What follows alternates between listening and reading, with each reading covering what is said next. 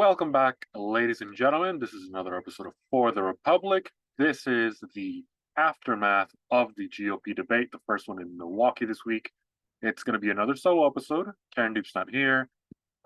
He's back from the Blackface Festival, but he's probably just listening to Andrew Tate and doing what he does. I don't even know what to say. I mean, he's probably frolicking around with the autistic kids he likes to be around. So let's get right into it. I'd have to say, this debate, it's been a while now. We've been hearing it. It's been hyped up. A lot of camps, especially the DeSantis camp, Christie, Burgum, all the candidates except for Trump have been hyping it up as it's that big moment where it's gonna. I guess in their view, it was really gonna help them out. They're gonna have that moment. Chris Christie's looking for that Marco Rubio moment on whatever candidate he can get his hands on. I guess it was either going to be Vivek, or DeSantis. And Nikki Haley again reappeared. I forgot she was even running at this point. And then Tim Scott again.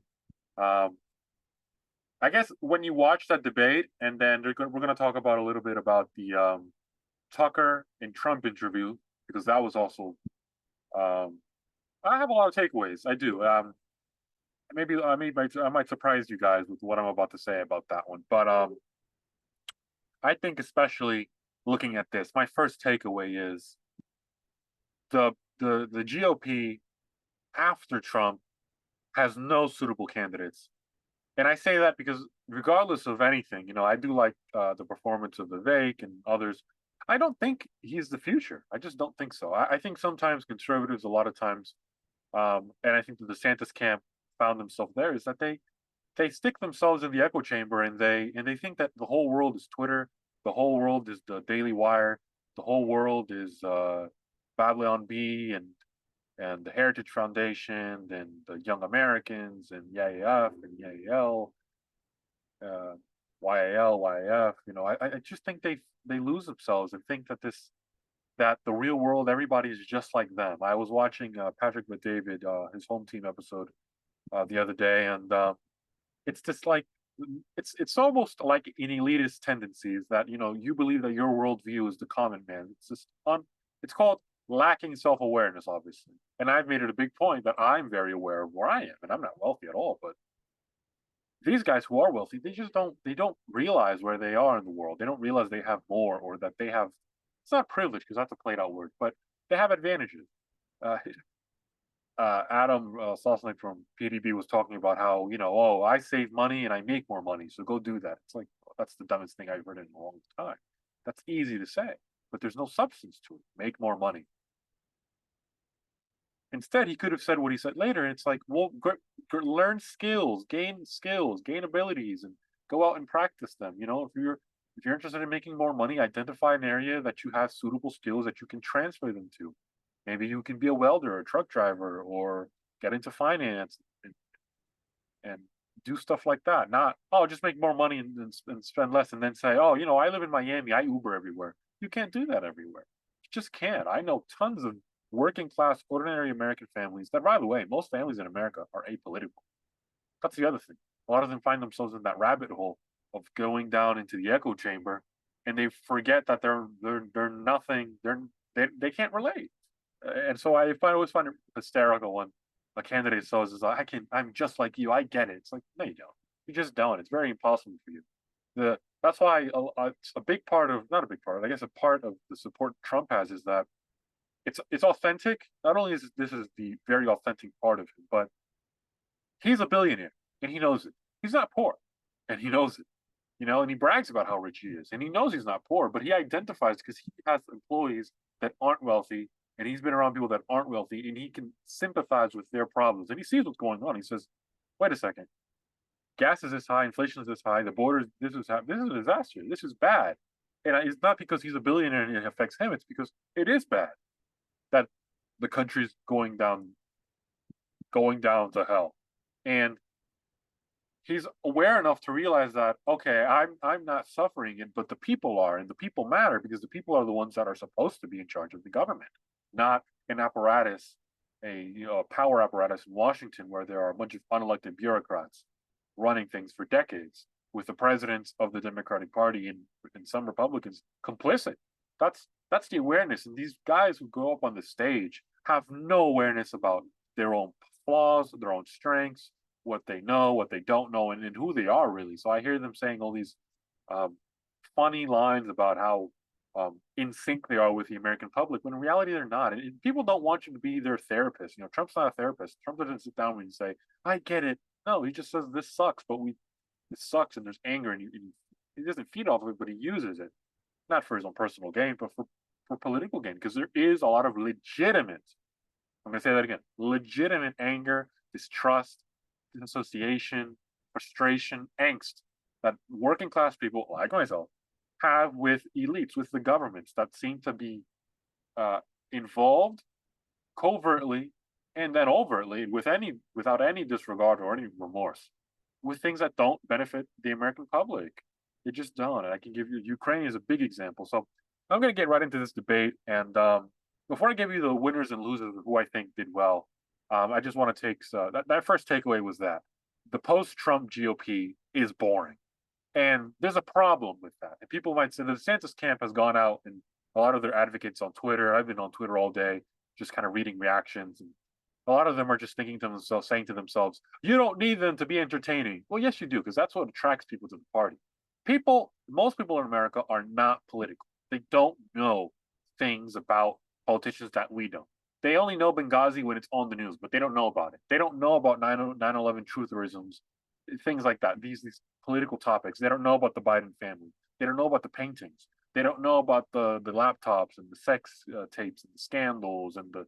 They don't know about all those things. They don't know about the classified, the Corvette and the money from the China Center. They don't know it until the media amplifies it because people are busy doing ordinary stuff. And by the way, if you're into politics obsessively, where it's all you do, your life is boring and miserable. It just is. It's not fun because you should realize a big part of your life that you enjoy has nothing to do with politics. Maybe it's spending time with family. Maybe it's doing hobbies. Maybe you like shooting guns, kayaking, horseback riding, painting, going out to the bar, playing pool, bowling, just talking shit with friends. That's fun.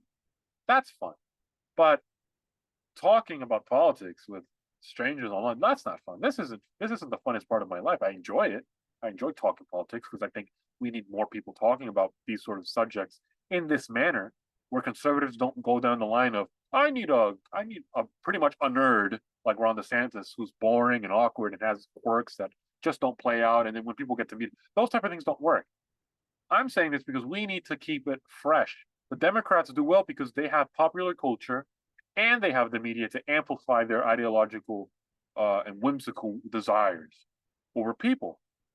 So if you get someone like Taylor Swift or Katy Perry to endorse your political candidate, there's millions of people in this country who love Taylor Swift and they're not political. So when they see that, they say, "Oh yeah, because the Democrats are cool."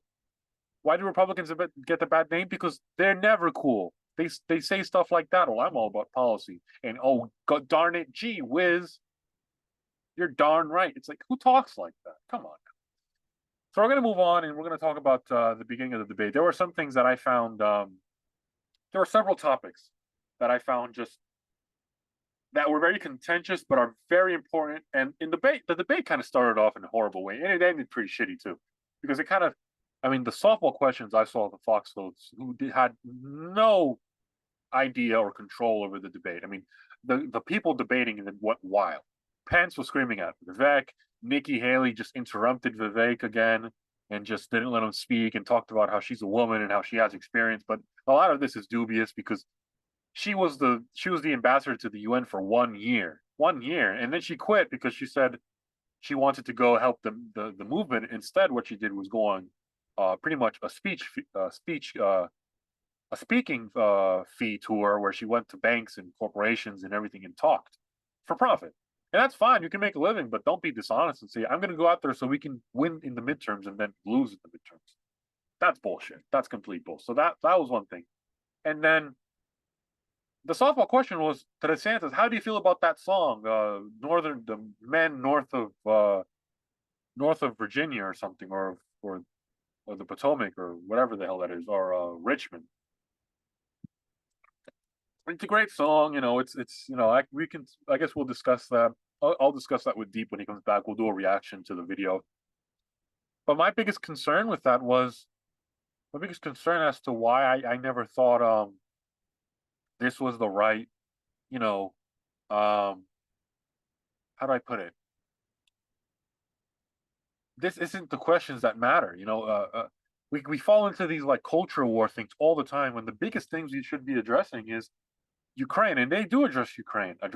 But you saw the key factions of the party. There was one person that supported the Trumpian line of, "We have nothing to do with this war, but I'm gonna find a way to end it." And I think that's what Vivek was missing, because I think Vivek came out strongest as an anti-war populist message of, "I don't think this war benefits us, not just in a sense of national security and geopolitics, but in a cost-benefit analysis when we have bigger problems."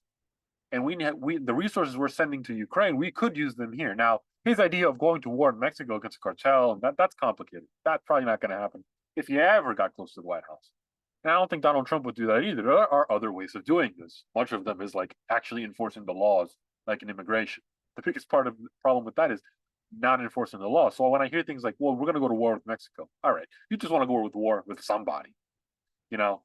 It's like you can't just enforce the laws on the book because Democrats just ignore them and let everybody in. It's not like they're making new laws to let everybody in. They're just ignoring them and then pushing those aside to let more people in and shipping them everywhere. That's not a law. That's what they do. They do it through executive action, through fiat, because they feel they've been elected and they can do whatever the hell they want and satisfy any gains. But nobody voted for open borders. Nobody votes for that. So that was one part. And then, I think you saw the other wing of the party, which is the neocon, the fake Reaganite view. And I've had a monologue before of how I think the Reaganites were just the most Reaganites I think that are in elected office who claim to be Reaganites of like, I think a lot of them give Reagan a bad name. I don't think Reagan would have ever been a neocon. I don't think he would have ever liked that idea. I don't think he was. I think he was a pure conservative from 50s, 60s, and 70s. And there weren't any conservative presidents elected in the 70s. Nixon definitely was not a conservative. He governed a lot like a moderate, or more. Probably, I think it's very difficult. I think it's very complex because he start federal agencies, he increased federal powers. It's very difficult to call him a conservative.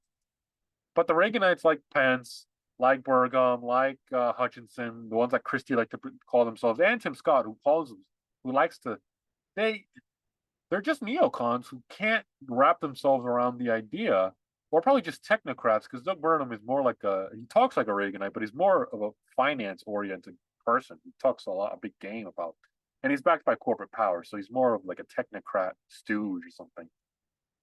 But you saw the other wing, which is the old wing of the Republican Party, which is in favor of end of war. They're just, it doesn't matter who, and so they were pretty much. I was astounded that nobody would bring up the fact that we have to find a way to end the war. Even Vivek, I thought he would have said, "You know what? I don't support the war, but I'm going to end it." Especially Ron DeSantis, who flip flopped on Ukraine. I thought he would say something along the lines of, I don't like that. I'm not going to send troops over there. What I'm going to do is try to end the war, because that's a noble thing. But Donald Trump says that, and then he has a 24-hour mark, and that just ignores the whole message. But then Donald Trump says, "Well, I'm not going to send troops. I'm going to end this war and make peace. We're going to make a peace deal, a long-lasting peace deal between the Ukrainians and Russians, because all the senseless killing has to stop because people are dying." And he says that, and the whole Republican Party says, "He's a stooge for Putin." How dare he say that? That's not right, though. It doesn't make any sense. And they ignore the entire history of the United States covertly and subtly, overtly, uh, igniting the flames to conflict and eventually civil war and then war, all out war with Russia, through what they did, getting rid of the former president in the Orange Revolution, pretty much ignoring the rights of Eastern Ukrainians who do speak Russian, who for like 80 to 90% of them are Russian ethnic or ethnic Russian and speak Russian, and then ignoring their rights because they're not native Ukrainians. I mean, that's like, first of all, that's pretty racist, but it's a horrible view. And people like Lindsey Graham, they're all of that school. They're all the Mike Pences, the Chris Christies. They're all from that brand, that wing, that old wing of the Republican Party, the Romneys, the McCains. I mean, McCain helped Obama inherit two wars and then create five new ones with other conflicts going around because the CIA was running amok. doing whatever the hell it wanted to without any consent from the American people, who it's supposed to work for. But that's ignored because if a candidate like Vivek goes out and says, I'm going to end the CIA, we ignore the things that they've done, the meddling they do, and the things they do in terms of, again, what they do against Julian Assange, and then other things like when they attack Trump and attack the foundations of actual justice in this country, and help a political party like Hillary Clinton, like the Barack Obama, like the Democratic Party. We ignore that and say, but what's going to happen if you get rid of them? Well, what have they done in recent times to tell you that they even deserve to exist, or even to give them a compliment? Tell me, convince me that they're doing a good job. Because the reason I'm saying this is not because I don't like them, because they're just intelligence agents, because that's what they think. They like to say, all you guys just hate government people. You guys are all just hickeys like the Waco and Ruby Ridge guys. That's not who we are. It's like you ignore the things that the CIA did to attack us. That's exactly what they did. So I'm going to start off talking about pretty much support for you. The next big thing, the next big topic was effectively Trump, support of Trump. That was probably the second biggest topic. Because I think a lot of people, and I heard Kyle Kulinski today, who I always listen to just because it's asinine his takes. I think he has a personal distaste for Vivek Ramaswamy. I don't know why, but I think he has just a personal vendetta against him. I think he just doesn't like him. And it's a pretty ridiculous thing to say, especially. I mean, he called him a beta. Like, beta? First of all, he's calling someone a beta. That's hilarious. And then the other thing is, I mean, what policy critiques do you have? I know you're a progressive liberal. You got cucked by Bernie Sanders. I get it. You're that wing. You won't ever support him. So his idea of like Democrats aren't going to support any of these people. They're not. Do you think they're going to vote for Chris Christie over Biden? No. All the neocons that are coming out and attacking Trump, who get praised by Democrats and get invited onto CNN, NBC, CBS, MSNBC, Routers, and PBS, and C-SPAN, and all these other networks, they're all pawns. They're all there to disrupt and distract and hopefully get Donald Trump out of the way. But they're all failures. Chris Christie is a failure. Asa Hutchinson is useless. Who's him? Derek Burton. Who? Tim Scott. Pointless. Nikki Haley. I forgot she was running. Chris Christie. Oh, seriously. And then it's Mike Pence, again, bleh. And then Ron DeSantis, who's a donor bot. And then Vivek is just not electable, I think, on a national scale yet. I don't think people are ready to buy into something like, because I think most people don't know him. And it's not like people knew Trump. Trump had no political experience. People knew him. People knew he was wealthy. People knew he had money. People saw him, the glamour, the success. He was a household name for decades. People knew him. People liked him. And they heard him before. But to say, but all those people were just distractions. And then, Trump lingered over. That's why at the end of the day, I think Trump won this debate, because I think people got a glimpse of seeing deep down there were no suitable candidates that actually had anything to say. I mean, Ron DeSantis, I just don't think he won it. Well, I'll get into detailed explanations, but I'm going to start off with like exactly what happened with Trump, because there was a little discussion as to like, are you going to support Trump if you're the nominee? So let's take a listen here. He's been indicted in 4 different states on 91 counts. He will be processed tomorrow in Georgia at the Fulton County Jail for charges relating to the 2020 election loss. You all signed a pledge to support the eventual Republican nominee. If former President Trump is convicted in a court of law, would you still support him as your party's choice? Please raise your hand if you would.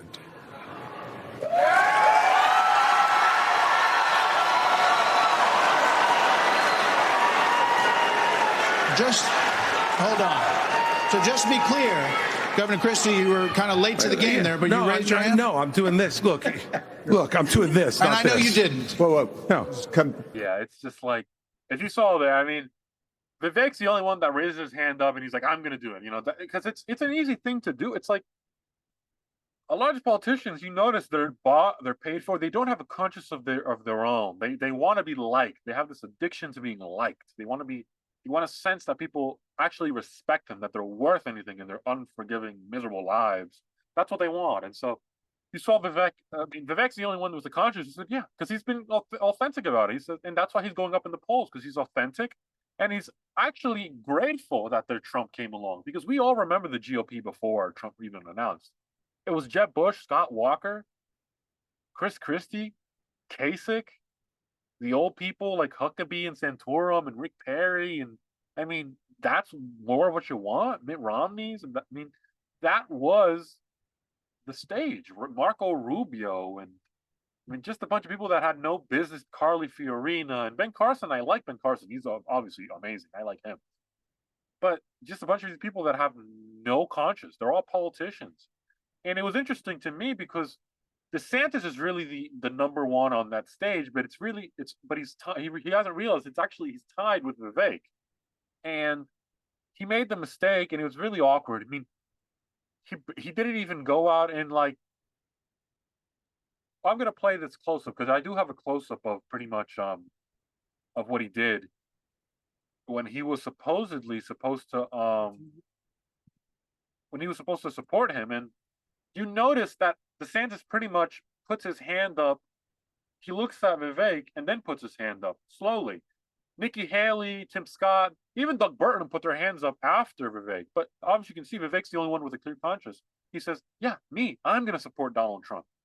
I said it day one. I'm saying it day 2047. I'm going to support Donald Trump. It's like, this is what we're doing here. Like, yeah, I said, first of all, he's the one who said, oh, I'd pardon him. Now, it's ridiculous because he's not going to win, of course. But outside of that, ignoring the big elephant hovering over them, Donald Trump, it's like, you don't have a conscience of your own. So I pulled up this video here of him, a close-up that someone zoomed into that I have here of pretty much him looking at Vivek during the question and then raising his hand, because it's like, and that's a horrible look. If you would.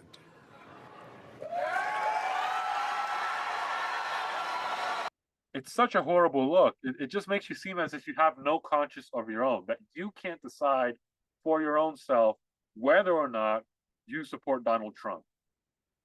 Just say yes. And I bet you, if you did that, like Trump's attacks, and I've kept up with this since 2015 when he went after, when he was going after the Republicans. It was actually them who started against him. The only reason he said what he said about McCain is because days prior, McCain had said that Trump was bringing out all the crazies in the party, the crazies, insulting a lot of the people, the working class, ordinary people that voted for him in 2008, voted for his boy Romney in 2012. And yes, some of them voted for Obama, but we're now trying, because Trump came along, we're bringing people to the Republicans, something they've been dying for since Ronald Reagan, because they hadn't won the 5 out of 6 presidential elections. They hadn't won with popular vote. I mean, they were losing, and they weren't winning in the federal offices, but they were winning for states, the Congress and the Senate, but they weren't winning the presidency. Trump came along, the first person to be able to do that in a while, and he was insulting those very same supporters. And so DeSantis has a problem with that. It seems every single day, more and more, he's paid, he's bought for, he can't make decisions on his own. In a sense, he's a horrible politician. He doesn't seem to have a political will of his own. Like, he can't speak, he can't make decisions. I just don't think he can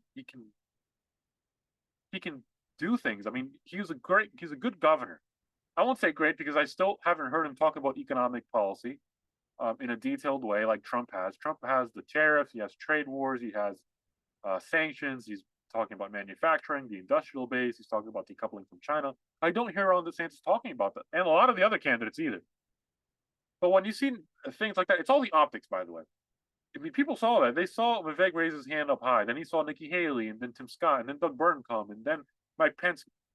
Ron DeSantis had to look at Vivek and then raise his hand. Or if he was looking, he might say, I wasn't looking at Vivek. He's going to say, I was looking at Nikki or Tim or Bert or Doug. It's like, buddy, don't look at anybody. Look at the cameras, smile, and say, yeah, I'm going to support the nominee, because everyone in 2015 supported the nominee. I mean, I'm going to go back, and I can have here the video back in the debates in 2015 when effectively Donald Trump said, I'm not going to support the nominee if it's not me. And Trump was like, yeah, me. I'm not going to support the nominee. So I have that video here. It's not Ingrid Equality. It's from 2015. But here's the video. Raise your hand now if you won't make that pledge tonight. Mr. Trump. So, Mr. Trump, to be clear, you're standing on a Republican primary debate. I fully understand. The place where the RNC will give the nominee the nod. I fully understand. And that experts say an independent run would almost certainly hand the race over to Democrats and likely another Clinton. You can't say tonight that you can make that pledge. I cannot say. I have to respect the person that if it's not me, the person that wins. If I do win and I'm leading by quite a bit, that's what I want to do. I can totally make that pledge. If I'm the nominee, I will pledge I will not run as an independent. And that was the beauty of Trump, is that he owned it. He owned it. He was authentic. Vivek is trying to be that, but I think he's missing a lot. But honestly, for someone in his mid-30s, late 30s, and running for president and giving these old dudes a run for their money, and Nikki Haley a run for their money, I mean, that's great. That's great progress already.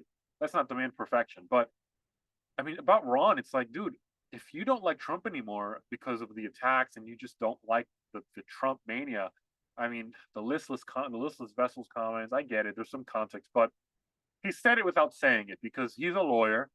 Lawyers are slimy. I don't like them. They have the special ability of being scumbags, sleazeballs, and a whole bunch of other bullshit while smiling at you, and then getting people to believe that they're actually great people.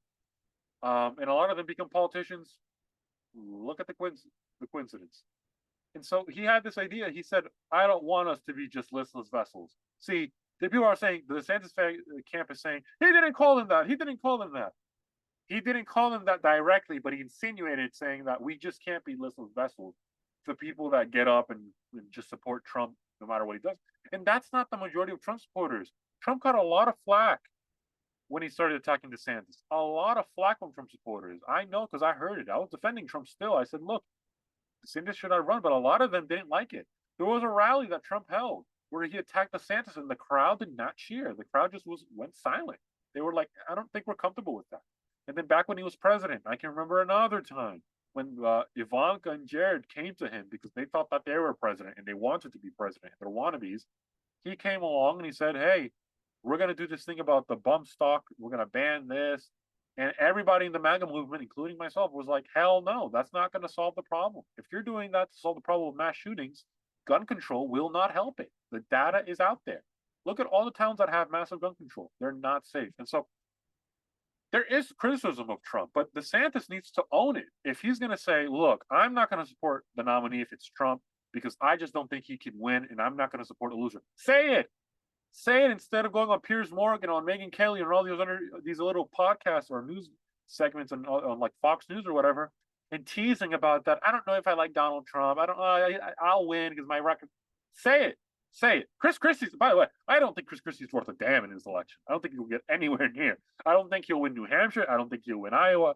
Maybe he'll come second or third or fourth in Iowa. But it's like he needs to own it because Chris Christie owns it. Chris Christie says the only reason I'm here is to beat Donald Trump because if that's what I got to do, I'm going to do it. He owns it. He owns it. Vivek went after him about this, but he owns it. DeSantis needs to own it. I mean, I have another video here about pretty much about the support pretty much of Trump and Vivek talk about the Trump support. And then I'll just get into Christie and Vivek because that was contentious. That was contentious. You raised your hand supporting. No, I'd like to get in and respond. Let's just speak the truth, okay? President Trump, I believe, was the best president of the 21st century. It's a fact. And Chris Christie, honest to God, your claim that Donald Trump is motivated by vengeance and grievance would be a lot more credible if your entire campaign were not based on vengeance and grievance against one man.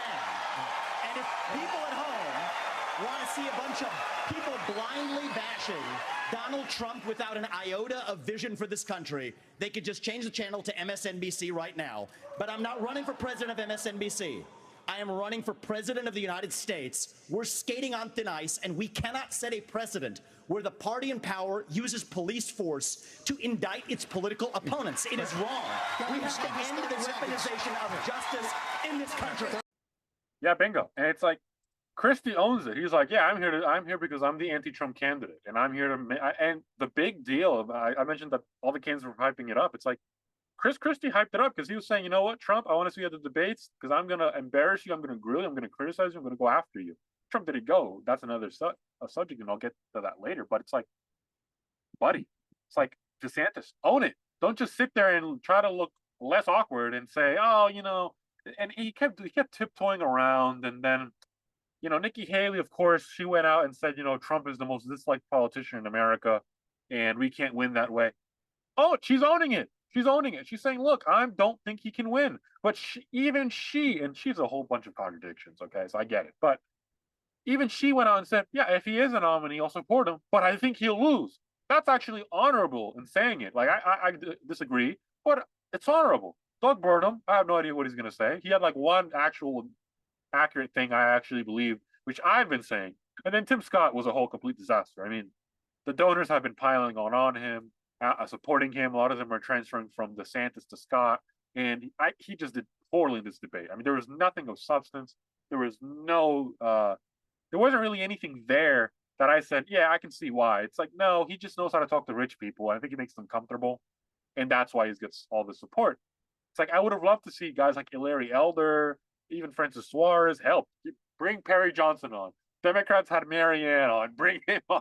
They had Tom Steyer on, or Stein, whatever the hell his name is, on the debate in 2020. Bring him on. Like, that's actually entertaining.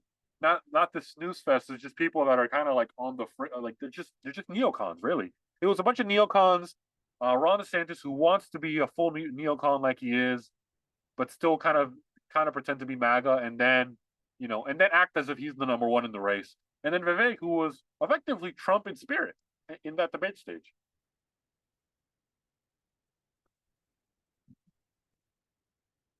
We're gonna move on to the next subject of the debate. I'm gonna talk a little bit about Ukraine, because that was the second most contentious point about it. And once again, there's that thing about pretty much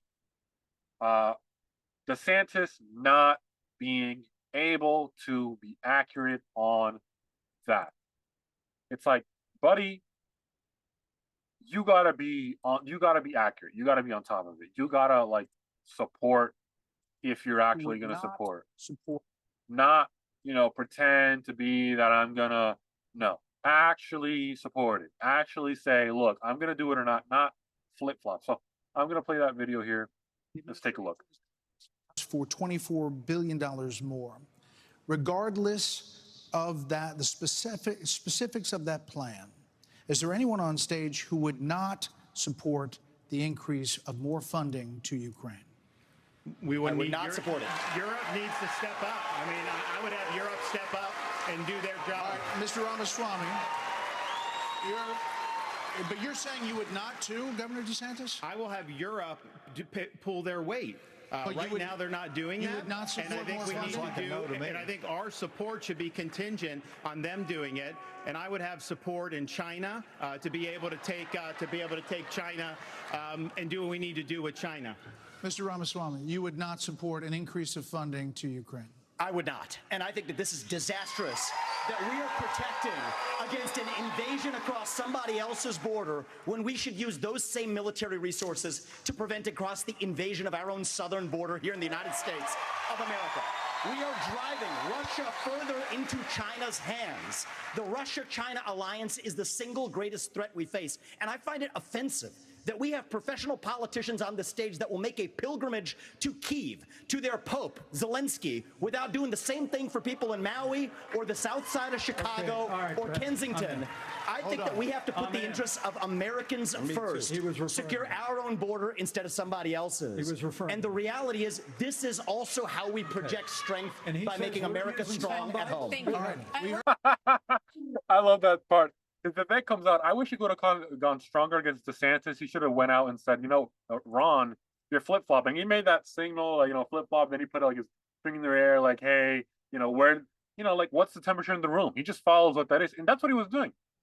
Be clear. You look weak, and he looked weak throughout the debate, where he couldn't make clear decisions about, hey, I actually don't support sending aid. I'm not going to support more aid. But the keyest part is that none of them, including Vivek, talked about how are we going to end this? Like, I get it. We shouldn't be involved. It's not really our business. But what about ending it?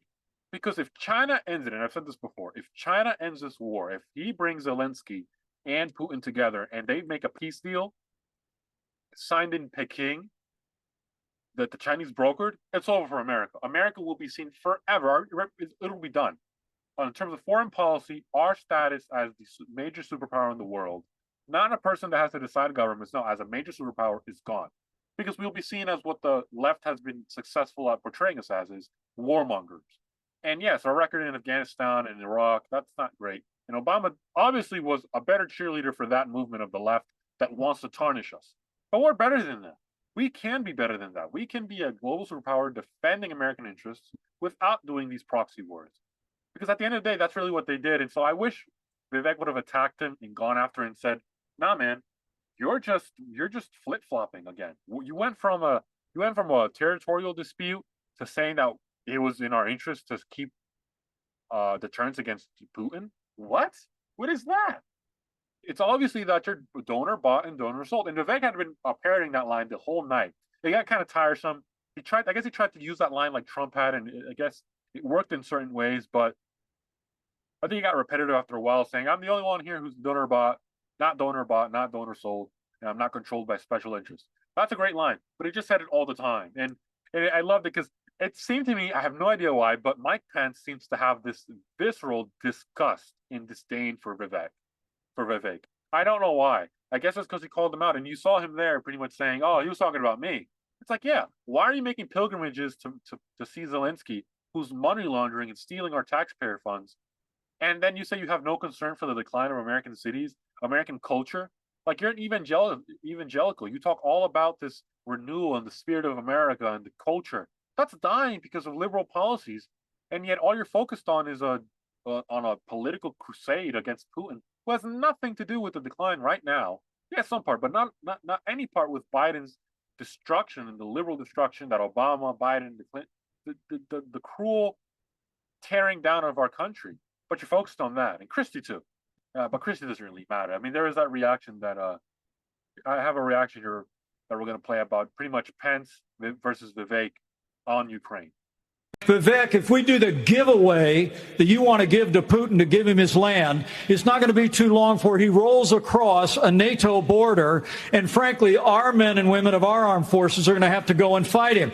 I want to let the Ukrainians fight and drive Putin and the Russians back out into Russia. I want to just briefly address Pence, Vice President Pence. I have a newsflash. The USSR does not exist anymore. It fell back in 1990. It fell back in 1990, and I didn't think that was the strongest line, but I think it was accurate because these people seem to have this vision of Russia as the great Soviet Union that's going out and invading these countries. I mean, there is a separate conflict here. The conflict between Ukraine and Russia does not go back to 1990. It doesn't go back to when they declared independence and left. That's fine. It goes back to the Americans, essentially the Democrats, the Democratic elite, in the deep state, using intelligence communities, going into Ukraine and stirring up conflict because we want to go against Putin for no reason. And by the way, Obama's the one who said not only a reset with Putin, but told Romney in the debate in 2012 that, oh, Russia's not our concern. This isn't 1989, mocking him. But they were over here instigating a proxy war against the Russians, against Putin, by essentially not allowing a democratically elected Ukrainian president who was, and yes, there was corruption, and yes, there was, shady things going on, but not electorally. Viktor Yushchenko was democratically elected president of Ukraine because he wanted to make peace with Russia. He did not want conflict with Russia. He was he wasn't pro-Putin, he was pro, let's have good relations with Russia. You should be doing that. If Mexico elected a president Isn't this ironic? Elected a president that said, you know what? I hate America and I'm going to be pro-China and pro-Russia because they hate America too. We would be pissed, wouldn't we? And then when China and Russia sends their operatives in, wouldn't they be pissed off too? Now, what if Mexico elected a leader that said, I'm going to be so pro-America because I think we should have a great relationship. And then Russia and China go in and send their operatives and then cause a civil war, a coup, oust that president. He comes to flee to Los Angeles and then install essentially a puppet of Russia and China in Mexico to oppose the United States. Wouldn't we be pissed off? Hell yes. I would be rightly pissed off. That's what the Russians are saying. You guys, this guy was trying to be friendly. We had the Minsk agreement where we can actually have peace, where the disgruntled and disaffected Ukrainian Russian minority in Eastern Ukraine, which identified, for the most part, most of Eastern Ukraine identifies with Russia because historically they've been Russian. They speak Russian, they live Russian, their culture is Russian, they're ethnically Russian. They felt like they had no rights in the Ukrainian parliament, in the Ukrainian Duma. They felt like they had no rights. And the Minsk agreement was going to give them rights, and it was going to give Russia an ability to say, you know what, we're not going to be threatened by NATO again. And that's a concern, another concern that wasn't really addressed. But that was the real cause. Instead of that, he's trying to go back to say Russia, Russia, Russia. It's a hoax. It's a hoax. And then Nikki Haley tried to get on his case about, try to get on his case about you don't have any experience. It's like, ma'am, what experience do you have? Again, you were the secretary to the UN for a year and then left to go get money from Raytheon and all these companies where you did speaking tours. And now you're running for president, but there's nothing like to be done. What's going on here? Like, what do you really think? Like, come on now, Nikki. That's not be funny. And then she says, it shows that you don't have foreign policy experience. Well, what do you have? And what experience does Mike Pence have about foreign policy when the biggest foreign policy was done by Donald Trump's Twitter account? Mike Pompeo was just going over to play bad, good cop, bad cop. And he was the bad cop. Like, come on now, seriously. And so Mike Pence is trying to take credit for the Trump administration, yet denouncing Trump as much as again. I hate that hypocrisy there. And that's the big problem from that debate. It's that, one, Trump was effectively missing, and we saw the post-Trump GOP as a disaster. It's a bunch of neocons taking over again because the people we thought were on our side are actually not on our side. People we thought like Ron DeSantis would just take the money from the donors and wants to make himself like the next Barack Obama, a young private president. Vivek isn't electable on a national stage. I just don't think he ever will. He doesn't hold any political office.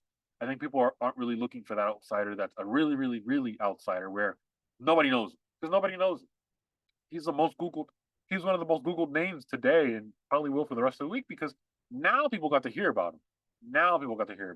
But he's not electable in 2024. Maybe 2028, maybe 2032, but I don't think so for 2024. And then the rest of them, Christie, Asa Hutchinson, Ada Hutchinson, as Trump calls him, like, come on, the same Doug Burnham. Now, I will mention the last topic was the abortion. That was the last interesting one. The abortion. Now, DeSantis has a tough time defending his Florida abortion bill because he was not gung-ho about it. Gung-ho. Sounds like the guy who invented COVID. He wasn't gung-ho about his support about the abortion bill in Florida. So he kind of tiptoes along to like, what I did in Florida, I'm going to do for the country. Yeah, but you're not like, yeah, is that the point? Are you going to do a nationwide ban? And then you saw like the two visions. This was mainly like literally Pence versus Nikki Haley, where they pretty much went out and said, there's two views. Like Trump got us the end of Roe v. Wade with what he did by electing all those justices and all those judges who passed on this off to the Supreme Court and gave us the chance. And then now all of a sudden, for 50 years, we've been saying we want states to decide. The pro-life movement and Mike Pence, the evangelicals, are saying we want to go back farther and say we want the government to handle it again. But we were just saying we didn't want the federal government to handle it for 50 years. And Nikki Haley, she's going for the more feminist route, but she's pretty much saying women cannot be told in Texas or Florida that they're going to go to jail if they get an abortion. That's not real, and that's not electable. And she's right; it's not electable. I don't think a nationwide ban on abortion works. I think if you really believe in states' rights and if you want to actually have any credibility left, like Republicans are lacking nowadays, you did tell us that you were fighting to end Roe v. Wade because not only was it judicial malpractice, the fact that it was upheld, but then you're saying we want states' rights to handle, we want the states to be able to handle that. leaving this as is and letting the states, each state, make their abortion laws is the right thing.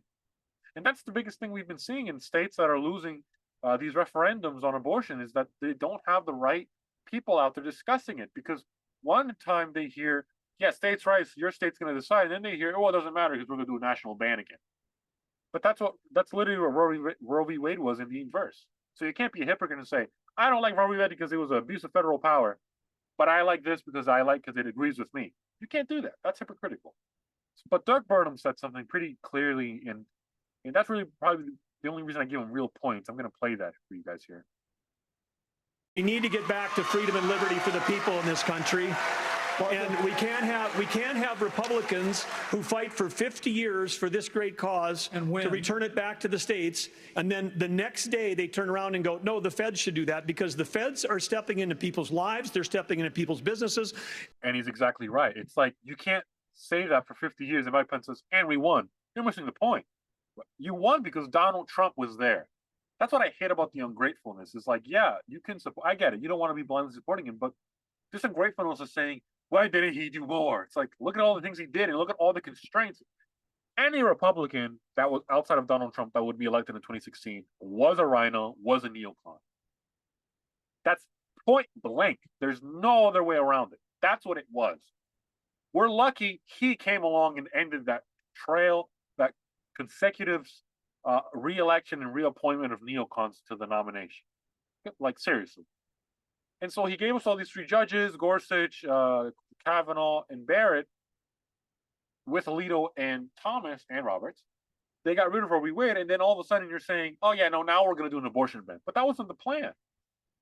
And then DeSantis can't even defend his own plan because he was ashamed of it. Remember, he signed that bill on a Friday into a weekend at the middle of the night. Next week, they talk about it. He just glosses over it and goes into the culture war stuff again, because that's all he's focused on. Thankfully, in the debate, he didn't talk about it, except for CRT, when he once again dodged the education question.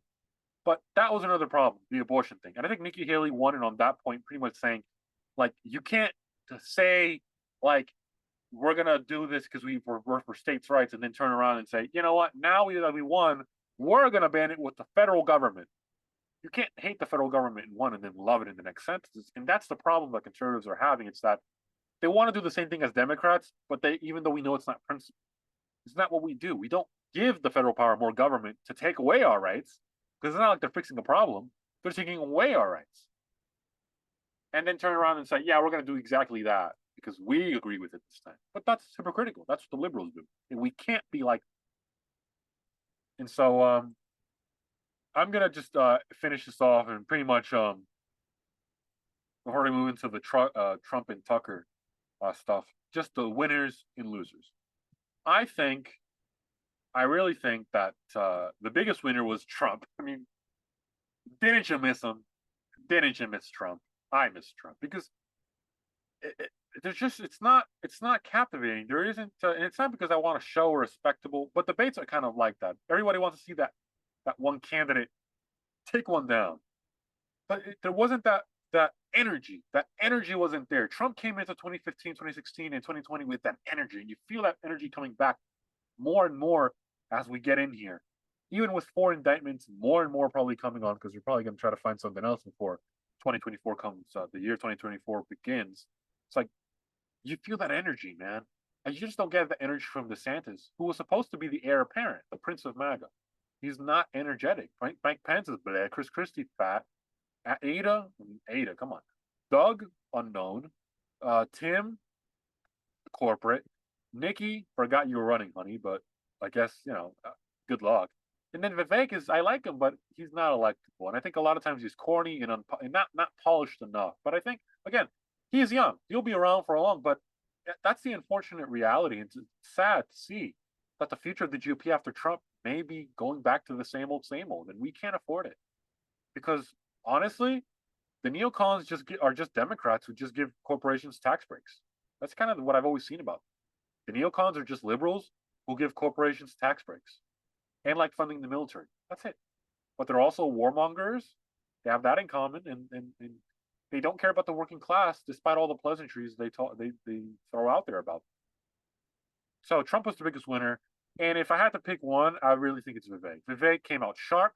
he represented real working class conservatives, a real populist message, a real nationalist, America loving message out there. He was clear, he was direct, he did not hold back, and he was authentic. People could feel that that was really him, not looking at like another candidate to raise their hand, or or just pretending to be there, or it was just he was authentic, he was real. You could feel the energy. You could feel as if Trump was in the room through him.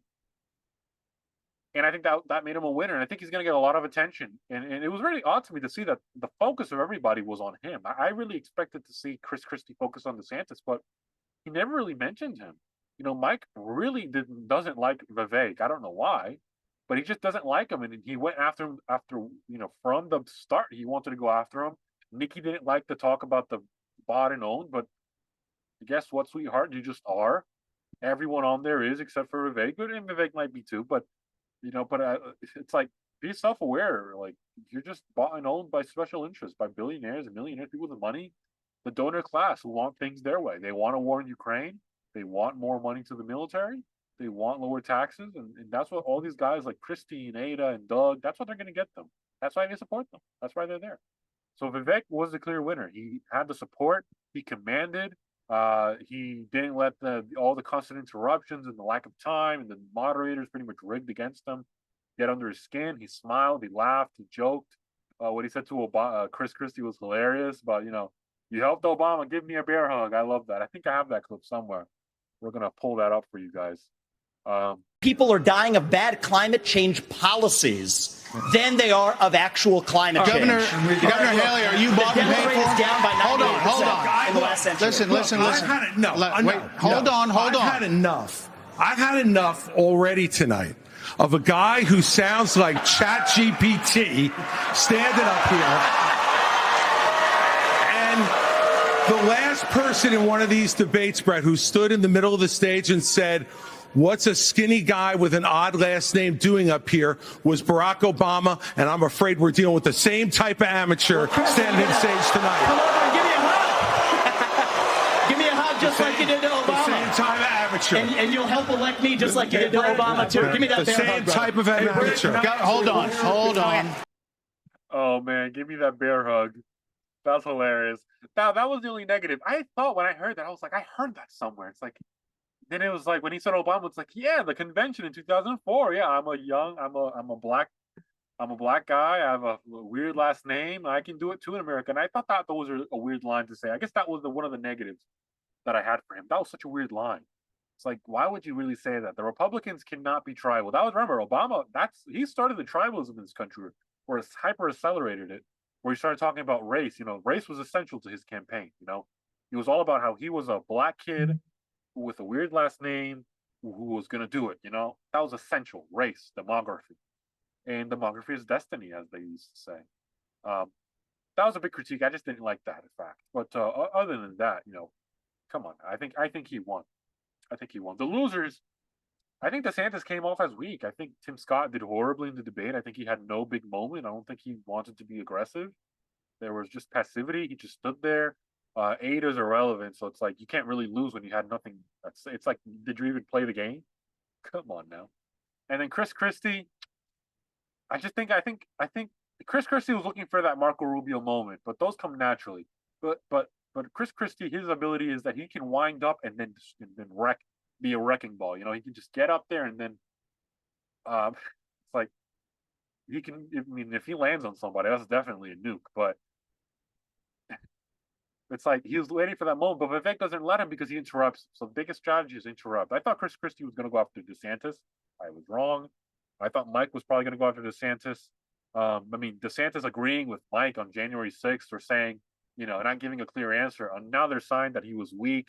Just stuff like that. The Ukraine flip-flop, and then the Trump inability to endorse, and then the Ukraine saying, Garrett needs to give more. Answer the question, yes or no to the more aid on the part of the U.S. Like, come on, it's a clear-cut question. But he can't say it because he's donor, so it's like Colonel McGregor said that the other day, or Colonel McDouglas said that the other day.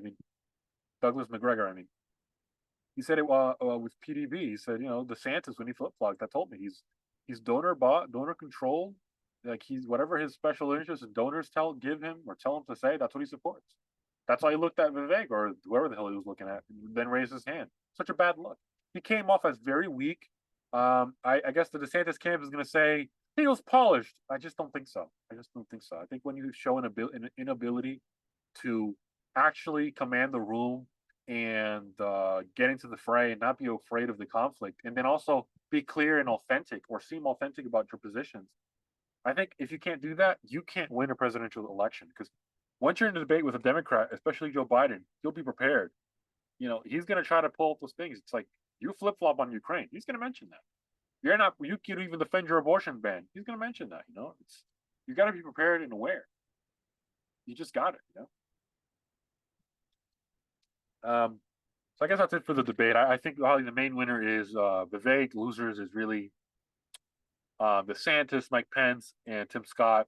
I think Nikki Haley's a stalemate. I don't think she lost the debate. I think she did well in her parts, very few of them. But I think when she got there, she wasn't afraid. She went right back at Vivek. Her abortion, she wasn't afraid of being called, you're not pro-life enough. It's like, no, I'm just actually, being authentic about what we said. We said states' rights, not states' rights until we win. You know what I mean? Like that's what I believe was authentic. I'm going to move on to the Trump and Tucker interview. I'm going to play some videos. I'm not going to really discuss a lot. Just my thoughts on it. Overview was pretty pumped. I mean, us as of now, like it has over 200 million views, which is huge, more than the Fox interview. So I think he did his part there. I just felt like this could have been better. There could have been more substance. I feel like Trump could have gone harder on some of the questions Tucker asked him, but I still think he gave some insightful things. Pretty amusing as always, funny. He's the same old Trump, but I think he could have done more. Hopefully, we get another Tucker interview in a couple months with. I think Trump. I think Tucker. I hope he enjoys them. I don't know if he does, but I hope he does. I don't know if he does, but I hope he does. Because I think we all enjoy them. I think we all enjoy, especially when it's Fox News and all these neocons getting wrecked on. I enjoyed it, but I thought it could be way better. I thought there were some things. Maybe if he talked about trade a little bit, maybe if he really talked more about Ukraine and the deep state and like policy, anti-war. I wish if he talked more about that, stuff like that, where he really excels, record-wise and rhetorically. I think that would have been better. But there were some points that I thought that were great. I think the most interesting one is obviously about the Civil War, that question, and I think that's where I'm going to start. Do you think we're moving towards civil war? There's tremendous passion and there's tremendous love. January 6th was a very interesting day because they don't report it properly. I believe it was the largest crowd I've ever spoken before. And some of the crowds I've spoken before. And like July 4th on the mall, I think they had 1 million people there. But I think that the biggest crowd I've ever spoken before was on January 6th. And people that were in that crowd, a very, very small group of people, and we said patriotically and peacefully and patriotically, right? Nobody ever says that. Go peacefully and patriotically. But people that were in that crowd that day, very small group of people went down there, and then there are a lot of scenarios that we can talk about. But people in that crowd said it was the most beautiful day they've ever experienced. There was love in that crowd. There was love and unity. I have never seen such spirit and such passion and such love. And I've also never seen simultaneously and from the same people such hatred of what they've done to our country. So do you think it's possible that there's open conflict? We seem to be moving towards something. I don't know, because I don't know what it, I can say this. There's a level of passion that I've never seen. There's a level of hatred that I've never seen, and that's probably a bad combination. And that was a pretty interesting question that Tucker, I didn't like that it was at the end, but I guess if you're going to put if there's going to be any moment, I guess it's that, I guess I'm pulling up another video because there's more things I want to talk about pretty much. Really about there were some really funny moments. They talked about Mike Wallace, and then they talked about, Biden and stuff like that. That was hysterical to me. But I just found it interesting. I would say this. The neocons who pretend to be Reaganites. A lot of them, what they do is that they have this cheery view that the America's great. It's fine. It'll be fine. This is just a speed bump. But people don't feel that way. They feel distraught. There was a poll that said, people feel it was like 75-25, like 75%. Don't fact check me, but it was around this area. Like they just felt that the country wasn't on track, and a lot of people feel that way. They're burning up their savings. They don't know what they're gonna do. I mean, the monthly car payment, like in New Jersey, New York, it's like $800 minimum, and then for the average price of a home is in the 400s, and then like average mortgage is like 2,400 a month. It's like, and then rents are like almost that. So it's like people don't know what to do, and if you don't have savings, how are you gonna buy a home? You're stuck at renting for high prices. That's not even yours. And it's not as big as a house either. So I think people are just stuck. They feel stuck. They feel like there's no hope. They feel like there's nothing. Like things are just going on the wrong track, and there's no politician around or anyone around who's going to step up, run, and change it fundamentally so things get back on track as they were. And I think we're so far removed from the Trump presidency at this point that it's all like a distant dream, like a long time ago. Once upon a time, things were great, and then COVID just radically transformed people. I feel it every single day. I think COVID radically changed the way people talk to each other. I think a big part of why January 6th inflated itself and why civil war is more likely now is because of that. The reason I agree with Trump as to like why it's very difficult to predict those type of things is it's mainly like, where would it be? Where would it start out? Is this going to be Waco and Ruby Ridge again? Are we back in the 90s in this crazy, wacky time? Because that's how it's going to be treated. A militia forming out of the north of Richmond in the Potomac, that's not going to happen. And then an attack on Fort Sumter, I don't think that's going to happen. But how would it work out? Would it work out that if Trump is going to jail, that mobs would rise up and attack, police stations or political, mayors' offices and the courts? Would that happen? I don't know. I don't think so. And how would it work? Would people just walk into the White House and start, and then how would soldiers react? I mean, that's a huge conflict. I just don't. It's unprecedented. I'm trying to think right now. I have no idea what to say about it. I have no idea what to say about that because I don't know how that would work, honestly. But it's such an interesting question because the difference that we have from the Reaganites is that Trump understands the angst. He sees the hatred, but he sees the passion. And he says that and uses that to say, look at what they did to this country. Look at what they did to you. Look at how they took your jobs away, how they ruined your community, how they flooded this country with drugs, with wokeness, all that. And he says, we're going to make this country great again. We're going to kick those people out. We're going to fire them. That's passion. It's hatred, which is a terrible combination. But it's hatred for things, for the rot these Democratic and even Republican traitors have done to us. And that's legitimate. That's justifiable. I think that's real. I think that's fine. I don't have any problem with that type of narrative. But some people just, I don't know. They just don't feel like that's. A lot of the Reaganites feel that that's a fringe type of talk. They still think that shining beacon on the top of a hill, that shining capital on top of a hill. I just don't think people buy that anymore. I love that message. I love Reagan, but these neocons that pretend to be Reaganites who hijacked this movement and screwed us, the working class, for decades alongside the Democrats, they think that they can keep going with it, but they can't. People like Mike Pence and all of them and Doug Burgum, the main two that follow that line of speaking, I just don't think that people resonate with that. And I think that's probably the most. I guess I'll talk in another episode about the Epstein and the deep state. I guess when Deep's back from his autism retreat, we'll talk about that. But I just think that such a fascinating question, but I think it's such a difficult question to answer. It's like, how would you measure that? Like, what would happen? What would happen? Was January 6th a melting point for a civil war? If a civil war breaks out by the end of this year, would people 25 years from now, 30 years from now, say that, what? The Civil War began in 2020 when the Trump supporters did that. Like, what would happen? Or would it be 2016? Like, what would be the lead up? But it feels like that. It feels like we're in this continuous state of 1850. We're in 1850, 1855, 1859. It feels like we're there. But then it feels like we're not there. Like we have an opportunity to get out of that and get to And maybe we can get back to maybe we can have a 1968 election where we elect Richard Nixon in a landslide, or a 1980 election. It feels like we're in that crossroads, or we're in that fork in the road where we can go this way or that way, and we're like close to making that decision.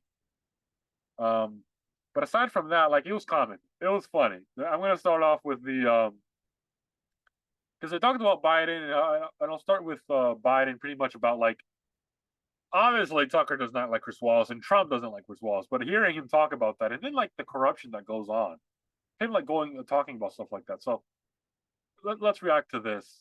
Biden and thinks someone else has got to be running the government. Well, somebody else has to be. I don't think he's capable of doing anything. Look, when I debated him, I said, how come, and this was in front of probably not a friend of yours, Chris Wallace. He was the moderator. Not a friend.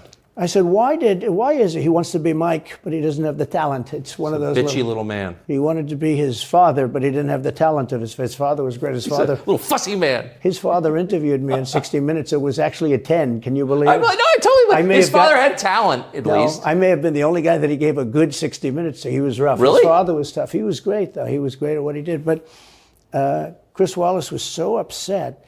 He was guarding this guy who wouldn't do a show, by the way. He wouldn't do. I figured.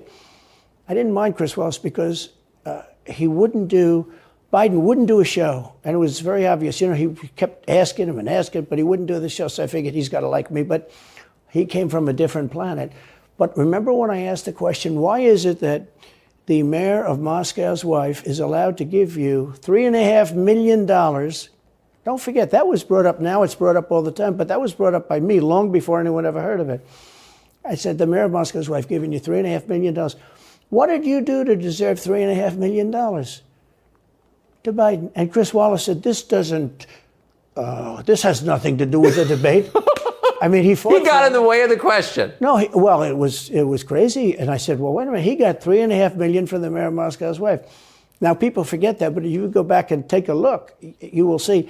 And Chris Wallace didn't want me to ask that question. I said, I think it's a very appropriate question. It turned out to be much more appropriate than people thought. Yeah, it's like, and we all remember when Chris Wallace. But yeah, I went back to that video a little bit afterwards. Yeah, he was definitely like defending him for like no reason. I never understood why. But it's like Chris Wallace, like he's the guy doing that. Come on now. And then there's the Kamala thing where he goes into Kamala. That was hilarious. That was funny. I'm gonna pull that up now for you guys just to react to it because it's hilarious. But that would make Kamala Harris the candidate? Well, not really. I mean, I guess they'd have maybe a free-for-all. A lot of people say she has to remain for certain reasons the candidate. She has to. I don't think that's true, actually. I don't think that other people would stand for it. She has some bad moments. Her moments are almost as bad as his. I think his are worse, actually. Yeah. But she seems pretty senile, too. She speaks in rhyme. It's weird. It's weird. But she has bad moments. And in rhyme? What do you... Well, the way she talks, the bus will go here and then the bus will go there because that's what buses do. And it's weird. The whole thing is weird. This is not a president of the United States future.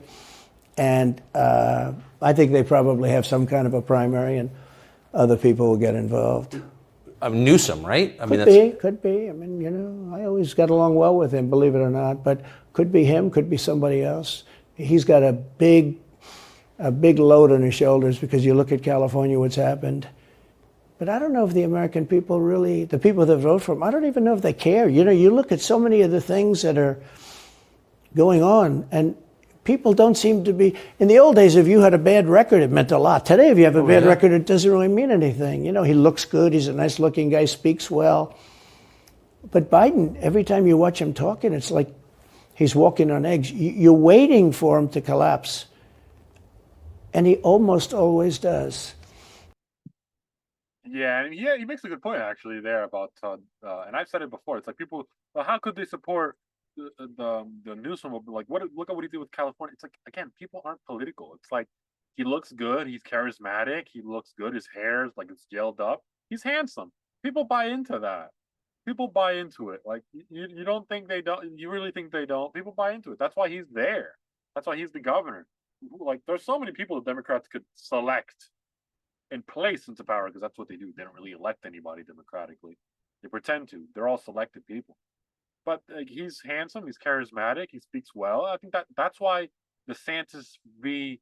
Newsom is dangerous for DeSantis as well, because Newsom knows how to talk. He knows how to smile. He knows how to debate. Like he went on Hannity. He obliterated Hannity. Obliterated him. Why? Because he smiles. He laughs. He cajoles. He does. But he goes out and he makes his point. But then you look at the state and you're like, but how does that work? Because the state's in horrible shape.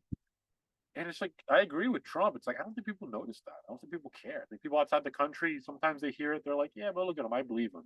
I just trust him, They get into that place where it's like, he just seems real. It's like, he doesn't seem real, but, I guess if you want to believe him. But that's what people act, With Trump, same thing. They say, I just like what he says. I believe him. He's not an insider like them. He's an outsider. And they don't like him, so that must mean he's good, And then, but Newsom is like, yeah, he looks good, and I like how he talked to me. I felt loved. Such a joke. But and he really attacked Biden in this one. I don't have that video. I'll try to see if I can pull that one up. But it's like, I think he really won this debate pretty much by not going.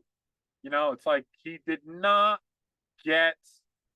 Fox did not get the viewership they wanted. I mean, Fox News is pretty much like declared Vivek is the winner of the debate, even though I think Trump is really a big also winner of the debate, because again, it's like, if you look at the energy, there's no energy except for Vivek. Vivek was exciting. He was not a politician because of Ukraine, stuff like that. But like, Trump won because everyone realizes he's the winner. He's the winner, and he's real. And it's just been hilarious to see pretty much how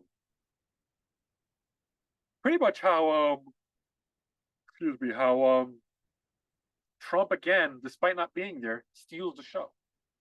And I think it's going to be a tough thing for Republicans post-Trump to replace, because none of them are there. None of them have that, what's that word? It's that funny word, joie de vivre, that Trump has in what's that, in supporting or defending and whatever.